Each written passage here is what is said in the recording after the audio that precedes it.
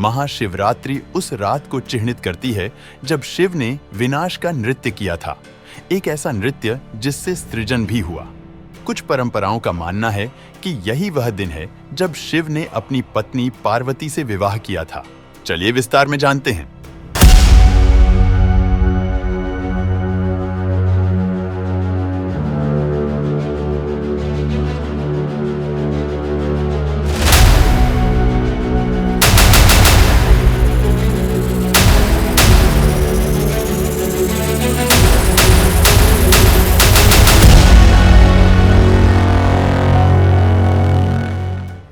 परमपिता ब्रह्मा के मानस पुत्र दक्ष जब प्रजापतियों के राजा बने तो उन्होंने एक विशाल यज्ञ का आयोजन किया।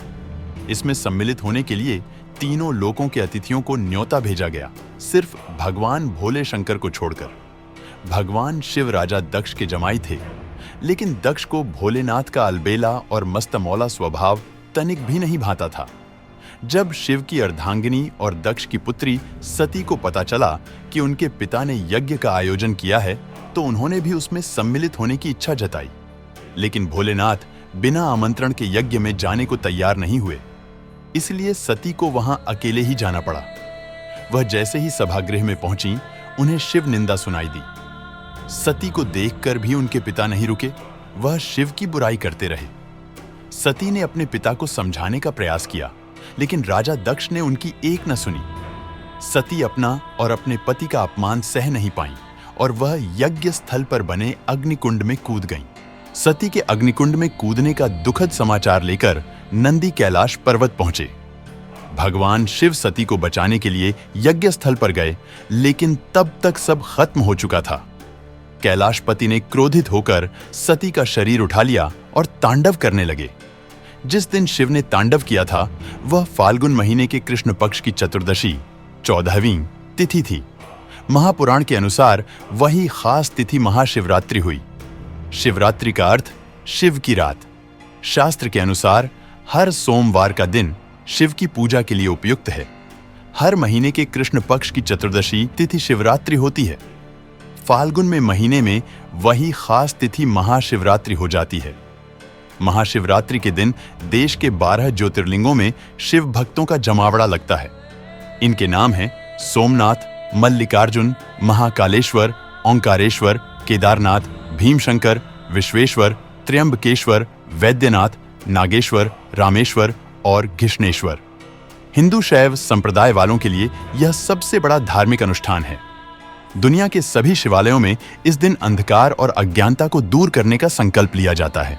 दिन भर उपवास रखकर शिवलिंग को दूध, दही, घी, शहद और गंगा जल से स्नान कराया जाता है। शिव पुराण के अनुसार इसी रात शिव और पार्वती का विवाह हुआ था। इसका मतलब हुआ शिव और शक्ति या फिर पुरुष और आदिशक्ति यानी प्रकृति का मिलन। एक और मान्यता है कि इसी दिन ब्रह्मांड की रचना हुई थी। सती के शोक में भगवान शिव गहन समाधि में चले गए, ध्यान मग्न हो गए। उनके ध्यान को कोई तोड़ ही नहीं पाता। भगवान विष्णु और ब्रह्मा भी सारे जतन करके हार गए। सृष्टि का संचालन भी बाधित होने लगा। देवतागण की समझ में नहीं आ रहा था कि भगवान शिव का ध्यान तोड़ने के लिए क्या किया जाए। दूसरी तरफ हिमालय की बेटी के रूप में सती का पुनर्जन्म होता है। उनका नाम रखा गया पार्वती। पार्वती शिव को पाने के लिए कठिन तपस्या करती है। पहले तो शिव ने पार्वती को तपस्या करने से रोक दिया, लेकिन अन्य देवताओं के सहारे पार्वती शिव का मन जीत लेती हैं। फिर एक विशाल समारोह में शिव पार्वती का विवाह हुआ। उस दिन भी फाल्गुन महीने के कृष्ण पक्ष की चतुर्दशी तिथि थी। इसीलिए लड़कियां शिव के समान वर पाने के लिए इस दिन शिव की पूजा करती हैं।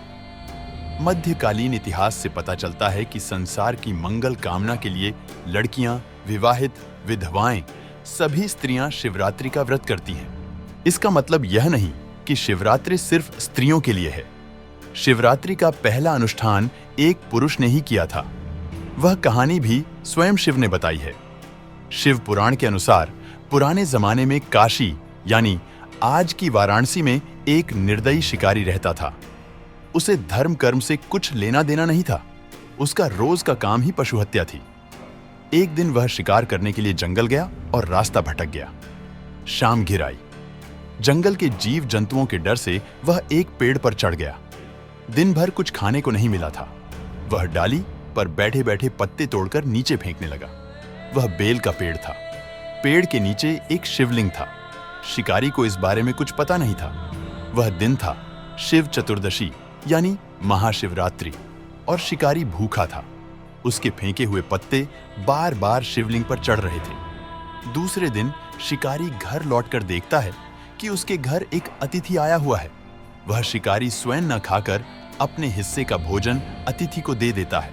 इस तरह मंत्रोच्चार न जानते हुए भी उस शिकारी ने सही तरीके से शिवरात्रि व्रत का पालन कर लिया। बाद में जब शिकारी की मृत्यु हुई, अब शिवदूत और यमदूत के बीच विवाद हो गया। शिवदूत उसे अपने साथ ले जाना चाहते थे तो यमदूत अपने साथ। कोई छोड़ने को तैयार नहीं। अंत में विवाद निपटाने यमराज पहुंचते हैं। शिवदूतों ने जब कारण बताया तो यमराज ने उनकी बात मान ली। कहा जाता है कि अगर कोई विधि विधान से शिव चतुर्दशी का पालन करता है तो उसे यमलोक नहीं जाना पड़ता, उसे स्वर्गवास या मोक्ष मिलता है। इसीलिए हजारों वर्षों से शिव चतुर्दशी और शिवरात्रि मनाए जाने की परंपरा चली आ रही है। इस बारे में आप क्या सोचते हैं? हमें कमेंट में जरूर बताएं। आपको वीडियो पसंद आए तो लाइक और शेयर कीजिए और ऐसी ही अनसुनी अनदेखी और अनकही कहानियों के लिए सब्सक्राइब कीजिए। रहस्य द सीक्रेट ऑफ इंडिया।